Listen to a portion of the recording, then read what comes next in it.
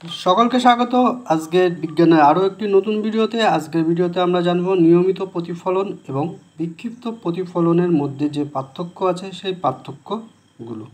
3 থেকে 4টে পার্থক্যের মধ্যেই আমরা ভিডিওটি শেষ করার চেষ্টা করব। নতুন চ্যানেল সবাই লাইক শেয়ার কমেন্টের মাধ্যমে সঙ্গে থাকুন, ভিডিওটি শেয়ার করে আমাদেরকে উৎসাহিত করুন। প্রথমেই চলে আসি নিয়মিত প্রতিফলনের। যদি আমরা প্রথম সংজ্ঞায় যাই, মানে প্রথমে তো সংজ্ঞা লেখা যায় নিয়মিত প্রতিফলন কাকে বলে এবং অনিয়মিত বা বিক্ষিপ্ত প্রতিফলন কাকে বলে। যখন আলোক রশ্মিগুচ্ছ একটি মাধ্যম থেকে এসে অপর মাধ্যমে বাধাপ্রাপ্ত হয়ে আবার প্রথম মাধ্যমে সঠিক নিয়মে বা একটি নির্দিষ্ট নিয়মে ফিরে যায়, তখন তাকে নিয়মিত প্রতিফলন বলা হবে। আর বিক্ষিপ্ত প্রতিফলনে বলা হবে যখন আলোক মাধ্যম বা আলোক রশ্মিগুচ্ছ একটি মাধ্যম থেকে এসে দ্বিতীয় মাধ্যমে বাধাপ্রাপ্ত হয়ে প্রথম মাধ্যমে ফিরে যাওয়ার সময় কোনো নিয়ম মানবে না বা ভিন্ন ভিন্ন পথে ফিরে যাবে, তখন তাকে বলা হবে বিক্ষিপ্ত প্রতিফলন। এবার এর যদি আমরা প্রথম সংজ্ঞাতে একটা পয়েন্ট আমরা পেয়ে গেলাম, দ্বিতীয় পয়েন্ট আমরা লিখতে পারি নিয়মিত প্রতিফলনে প্রতিফলক বস্তুর প্রতিবিম্ব গঠন করে। অর্থাৎ প্রতিফলক যে বস্তুটি থাকবে সেটি একটি প্রতিবিম্ব সৃষ্টি করবে। আর বিক্ষিপ্ত প্রতিফলনে সাধারণত বস্তুর প্রতিবিম্ব পাওয়া যায় না বা প্রতিবিম্ব থাকে না।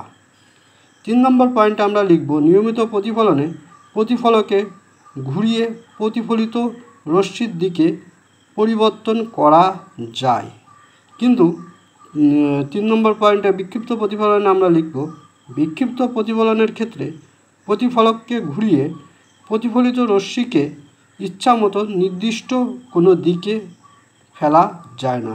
আমরা সাধারণত আয়না যখন ধরি, সূর্যের আলো এসে পড়ছে এবং সেটাকে আয়নার সাহায্যে এদিক ওদিক করে কারোর মুখে বা কাউকে ডিস্টার্ব করি, সেটাই এখানে উল্লেখ করা হচ্ছে।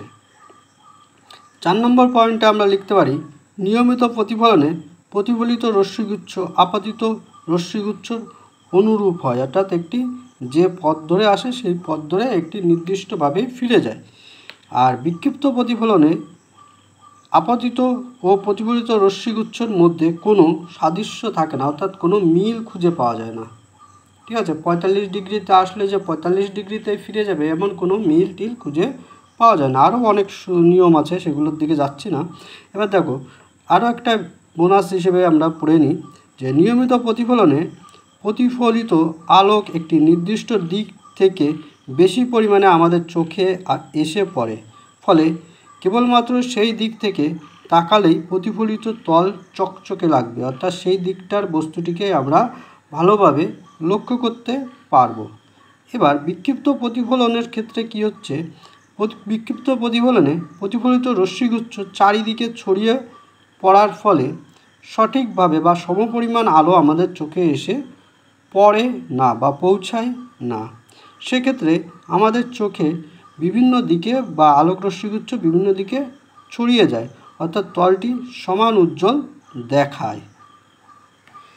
এই ছিল প্রতিফলন, নিয়মিত প্রতিফলন ও বিক্ষিপ্ত প্রতিফলনের পার্থক্য।